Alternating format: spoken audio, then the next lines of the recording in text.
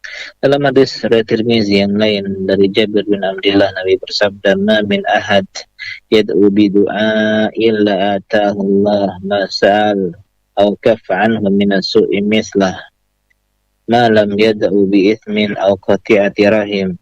Tidaklah seorang hamba berdoa kepada Allah Subhanahu wa ta'ala dengan sebuah doa melainkan Allah pasti memberikan apa yang dia pinta, atau Allah hindarkan dia dari keburukan yang setimpal dengan apa yang dia pinta, selama dia tidak berdoa dengan doa maksiat, ya, doa yang berdosa, atau doa memutuskan silaturahmi.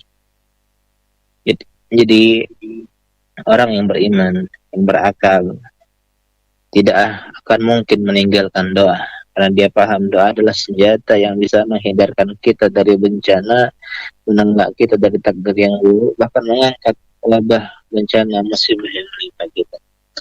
Allah berfirman dalam ayat 42-43, "Fa'akhadnahum bil-ba'sa'i wad-dharra'i la'annahum yatadarra'un." Kami siksa mereka, azab mereka dengan siksaan, ya, kesengsaraan dan kemelaratan, kesusahan, agar mereka memohon kepada Allah dan merendahkan diri kepada Allah. Kemudian Allah mengatakan, "Falaula idza'ahum ba'suna tadarra'u walakin qasat qulubuhum wa zayyana lahum asyaitanu ma kanu ya'malun." Mengapa mereka tidak meminta? Kenapa mereka tidak berdoa? Kenapa mereka tidak mau merendahkan diri ketika datang siksaan kami? Ya, tetapi hati mereka keras dan sadar menjadikan indah apa yang mereka selama ini kerjakan. Jadi di sini ada perintah untuk kita, ya, kalau kita sedang ditimpa musibah, ya, untuk berdoa kepada Allah Subhanahu wa ta'ala. Allah Maha mengabulkan doa kita. Kalau kita ditimpa musibah, katakan, "Ya Allah." Kalau kita pupus harapan dan asa, kita ucapkan, "Ya Allah." Minta kepada Allah. Kalau kita ditimpa kesusahan ekonomi, finansial di tengah wabah ini, coba kita berdoa, "Ya Allah." Kalau kita, ya, ditimpa penyakit misalnya, ya, kemudian kita ingin sembuh, doakan, "Ya Allah." Nah, kita harus paham bahwasanya di antara kiat yang terbesar dalam menghadapi musibah adalah berdoa, meminta kepada Allah Subhanahu wa ta'ala. Mungkin cuman itu saja yang bisa disampaikan, ya. Kurang dan hanya saya mohon maaf.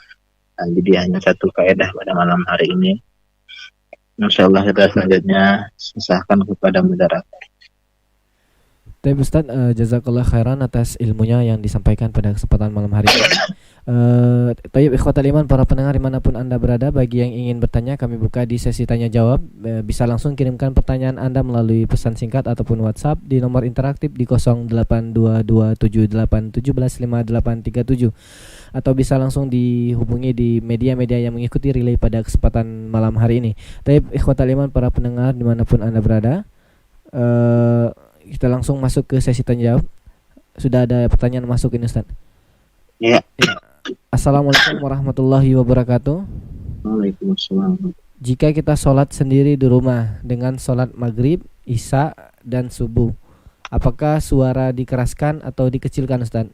Syukran, Ustaz.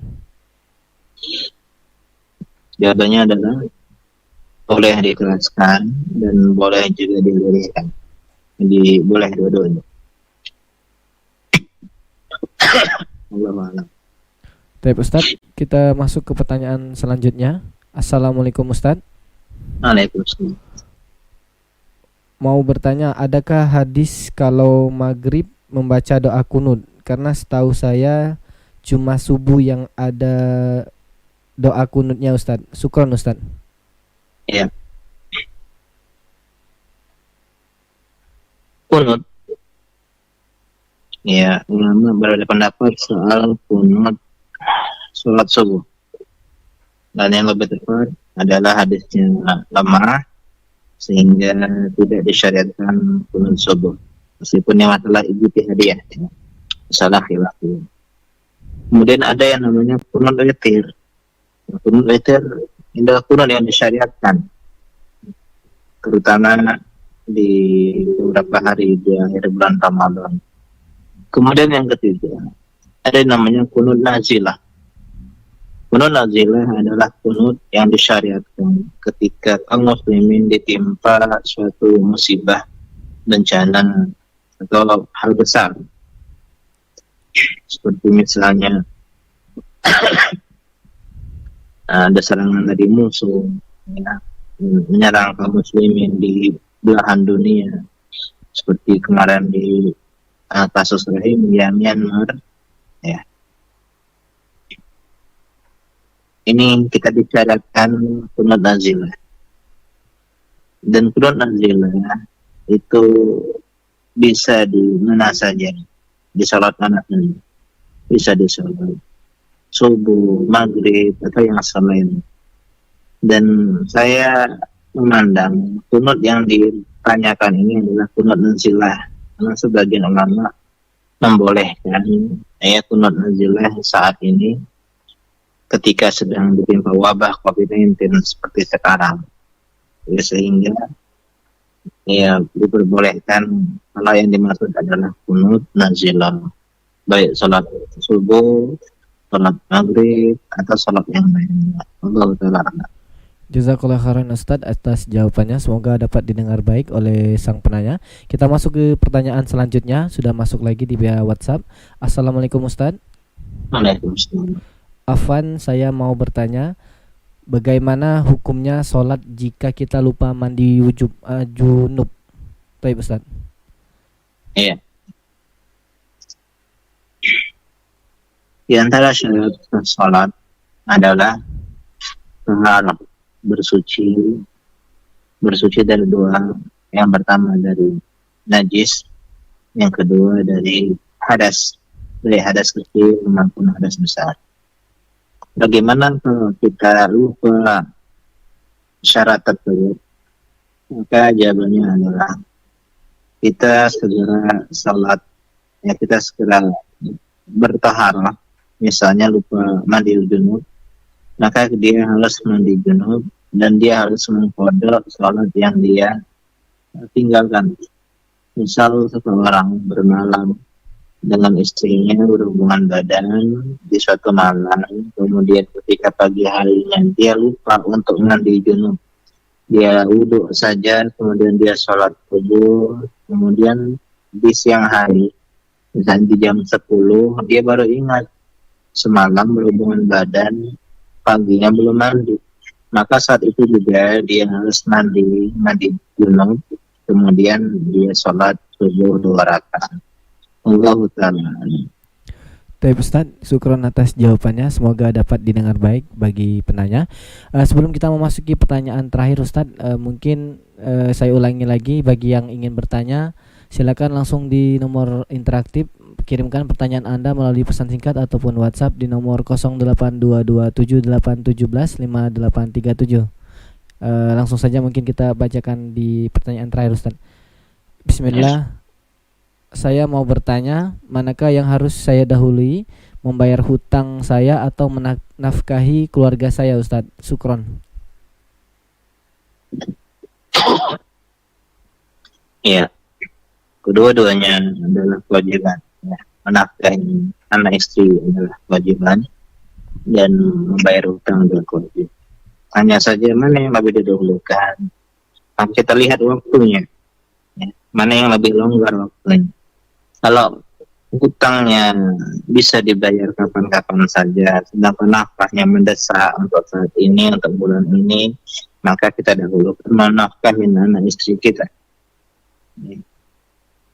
Adapun kalau sudah jatuh tempo hutang, sedangkan kita bisa mencari penghasilan lain untuk menafkahi putra putri kita di kemudian hari ini, maka kita bayar hutang dulu, kemudian kita bekerja agar bisa menafkahi anak istri kita. Kita lihat kondisi dan statusnya. Ini semoga penanya Allah mudahkan untuk bisa melunasi hutangnya dan agar bisa menafkahi putra putri dan keluarganya. Allahu a'lam. Baik Ustaz, jazakallah khairan atas jawabannya dan ilmunya pada kesempatan malam hari ini. Nih sepertinya ini ada pesan lagi Ustaz, mau dibacakan atau Cukup. Apa? Ada pertanyaan lagi masuk satu lagi Ustaz. Oh iya, nggak apa-apa. Nggak masalah. Hmm. Tapi Ustaz kita cukupkan saja mungkin karena belum masuk, Oh, iya. sedang mengetik pesan. Mungkin Ustaz langsung tutup aja. Langsung Ustaz. Ya, kita akhiri ya kajian kita pada malam hari ini dengan berdoa kepada Subhanahu wa Ta'ala agar Allah segera mudahkan urusan kita semua, mengangkat penyakit atau wabah yang sedang menimpa kita ini dengan segera mungkin. Ya, semoga Allah Subhanahu wa Ta'ala mengabulkan doa kita. Subhanaka Allahumma bihamdika asyhadu an la ilaha illa anta astaghfiruka wa atubu ilaik. Assalamualaikum warahmatullahi wabarakatuh. Waalaikumsalam warahmatullahi wabarakatuh. Jazakallah khairan Ustaz atas ilmu yang telah disampaikan pada kesempatan malam hari ini. Semoga menjadi tambahan wawasan ilmu bagi kita semua yang mendengarkan kajian malam hari ini. Alhamdulillah telah selesai di kajian pertemuan yang ke-17 dalam kitab Kaifatu Wajil Ibtila, yaitu kaidah menghadapi musibah bersama guru kita Al-Ustaz Roni Nurismansyah, Sarjana Syariah Hafizahullahu Ta'ala, yang mana insyaallah ta'ala sebentar lagi kajian insyaallah akan selesai sebelum Ramadan biiznillah. Semoga Allah mudahkan kajian kita pada kesempatan kali ini. Taib ikhwatal iman para pendengar dimanapun Anda berada, alhamdulillah tidak terasa juga ini sebentar lagi memasuki bulan Ramadan. Dan yang kita ketahui bersama saat ini sedang keadaan yang tidak memungkinkan nantinya untuk sholat berjamaah ataupun tarawih, dan semoga hal ini tidak terjadi di Ramadan nanti. Dan kami mengajak para pemirsa ataupun pendengar untuk selalu berdoa kepada Allah Subhanahu wa Ta'ala agar senantiasa Allah Subhanahu wa Ta'ala mengangkat wabah ini agar kita bisa beribadah dengan nyaman dan aman di bulan Ramadan nanti. Allahumma amin. Tapi ikhwatal iman para pendengar dimanapun Anda berada, kami mengajak ke kaum muslimin sekalian, para muhsinin yang senantiasa selalu tolong menolong dalam agama Allah, kesempatan pahala jariah dalam progres pembangunan Ponpes Al-Madinah Prabumuli Jalan Latahzan RT 2 RW 1 Padat Karya Gunung Kidul Kota Prabumuli Sumatera Selatan, yang mana alhamdulillah atas izin Allah sekarang sudah memasuki di tahap finishing gedung kelas Ponpes Al-Madinah, yang mana progresnya bisa dilihat di layar HP Anda dengan progres yang Masya Allah, yang tadinya tidak ada bangunan sekarang alhamdulillah sudah mulai terlihat. Dan bisa langsung salurkan donasi Anda melalui rekening BRI Syariah di 10406255654 atas nama PEMB Ponpes Al-Madinah dengan kode bank 422. Langsung bisa konfirmasi transfernya di 082307649393. Kami ulangi, dana yang dibutuhkan adalah sebesar 90 juta rupiah. Semoga Allah Subhanahu wa Ta'ala memudahkan progres pembangunan ini dan Allah mudahkan bagi santri-santri untuk belajar di sana. Taib ikhwatan iman para pendengar dimanapun Anda berada, tidak terasa sudah setengah jam kami menemani Anda semuanya, dan kami segenap tim dan kru bertugas mengucapkan jazakumullahu khairan atas atensinya, dan semoga apa-apa yang disampaikan oleh Ustadz pada malam hari ini menjadi ilmu yang berkah dan menambah wawasan ilmu kita. Kita tutup dengan doa kafaratul majelis. Subhanakallahumma wa bihamdika asyhadu an la ilaha anta astaghfiruka wa atubu ilaik. Wassalamualaikum warahmatullahi wabarakatuh.